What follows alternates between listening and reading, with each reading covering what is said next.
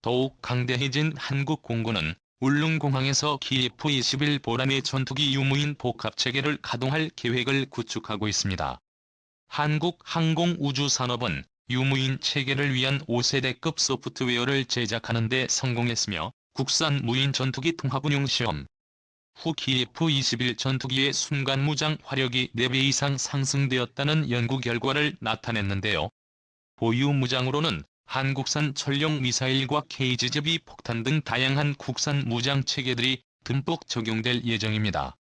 이처럼 한국 역사상 최초 첫 번째 국산 전투기인 KF-21 보라매를 선보였던 한국 항공우주산업이 한민족의 미래를 위하여 차세대 무인 전투기를 개발하고 있는데요. 방금 소개드렸던 5세대 유무인 소프트웨어 체계와 함께 스텔스 무장청 역시 개발이 진행 중이며 아래 설계를 통해 2016년에 등장할 KF-21 전투기에 적용하기 전 스텔스 무인 전투기에 먼저 매립형 무장창을 적용시키겠다는 1차 목표로 연구를 진행 중입니다.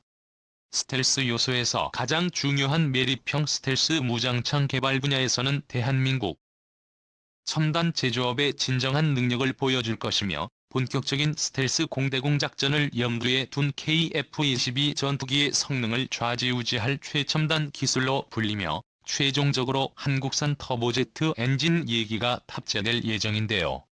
이것 역시 KF-21 전투기에 엔진을 탑재하기 전 무인기에 먼저 적용시켜보는 것이며 만약 계획대로 모든 것이 척척 흘러간다면 한국 역사상 최초의 국산 제트 엔진 항공기가 세상에 등장하는 것입니다. 이러한 연구 개발 상황 속에서 최근 방위사업청은 출고 시기 후 미리 만나 KF-21 비행 모습이라는 제목으로 1분 12초짜리 영상을 공개했는데요.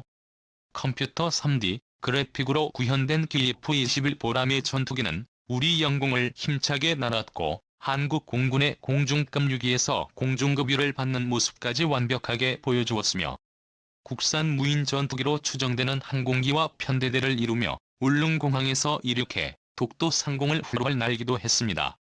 이번에 공개된 영상에서 이목을 집중시킨 것은 한국형 무인 전투기가 무인 복합체계 구축을 이룬 것입니다. 2021년대에 들어서 우리나라의 선진적인 항공기술은 끊임없이 발전하고 있는 건 모두가 알고 있는 사실 중 하나입니다. KF-21 전투기부터 시작해 일본의 항공기술을 아득하게 추월 한국은 일본과 달리 무인 전투기 군사 분야까지 초격차 수준으로 차이를 벌리고 있으며 KF-21 전투기와 무인기의 기술력을 공유해 응용 가능한 기술을 가장 효율적이게 만들며 집중적으로 투자하고 있는데요.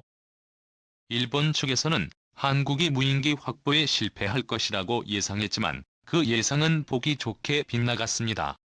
무인기 공개 전 일본 언론들은 한국의 고등훈련기 Q-10을 통해 이제 막 항공기 산업의 문을 열었다고 언급했으며 무인 스텔스기 디자인에 6세대 스텔스 공격기는 개발하는 기술력이 훨씬 까다롭다며 일본에서도 힘든 일이므로 한국의 무인 드론 사업이 예산만 투입된 채 실패할 것이라고 내다봤지만 우리나라는 일본 언론의 부정적인 전망과 달리 떡하니 한국형 스텔스 무인기 시험 비행까지 무사히 성공해냈고 그것을 공개하자 일본 매체들은 한국의 항공 제조업의 저력을 실감하는 반응을 보였습니다.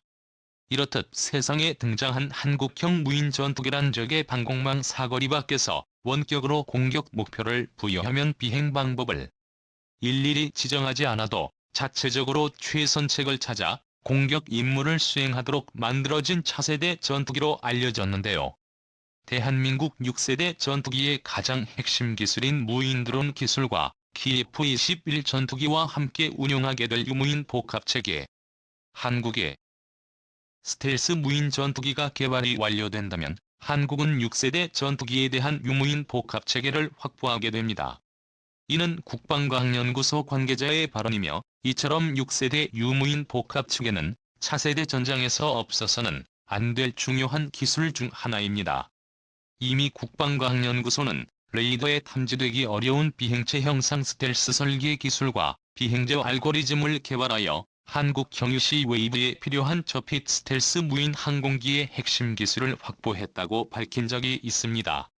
국산 스텔스 UC의 부인은 핵심 기술 분야의 저비싼 스텔스 형상의 한국형 무인전 1기 형태를 갖추었습니다. 2020년 국방과학연구소에서는 무인 스텔스기를 개발을 공식적으로 언급했으며 저핏함 수준의 레이더 반사 수치를 대폭 늘리는 스텐 기술이 약 70% 기술 수준에 도달했다고 공식 발표했었죠.